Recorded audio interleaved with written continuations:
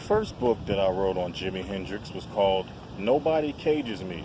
It pretty much detailed my journey in getting to know Hendrix. Also, I had many questions along the way that I explained in this book. The title, Nobody Cages Me, was taken from a quote from Jimi Hendrix, where he explained how he couldn't be caged into any musical categories or boxed in or stereotyped or anything like that. And I took that as a metaphor for life. So therefore the title, Nobody Cages Me. Also in this book, I spoke about questions like, why isn't Jimi Hendrix played on black/urban radio? Because as I find out, Jimi Hendrix has many songs that could fit into these categories and be programmed in. Is it politics?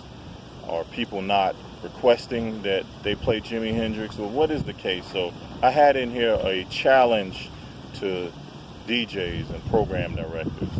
But in my discovery, it pretty much seems that these DJs or program directors don't really have control over their playlists in many cases, as far as the big radio stations, the iHeart and so forth.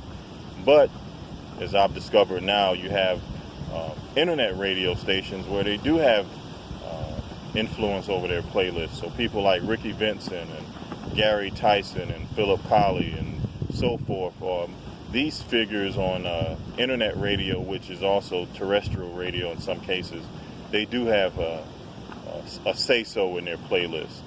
So these are some of the many things that I've found out. The multiple genre approach of Jimi Hendrix was also another thing that I discovered, showing how Jimi Hendrix's music fit into so many categories: jazz, rock, funk, blues. He even played some country licks from time to time. So all of these things that once you find out about Jimi Hendrix, it's like you can just never go back to looking at music the same way again. So I advise everybody out there to go out and pick up Nobody Cages Me, which is the first book in my journey to Hendrix.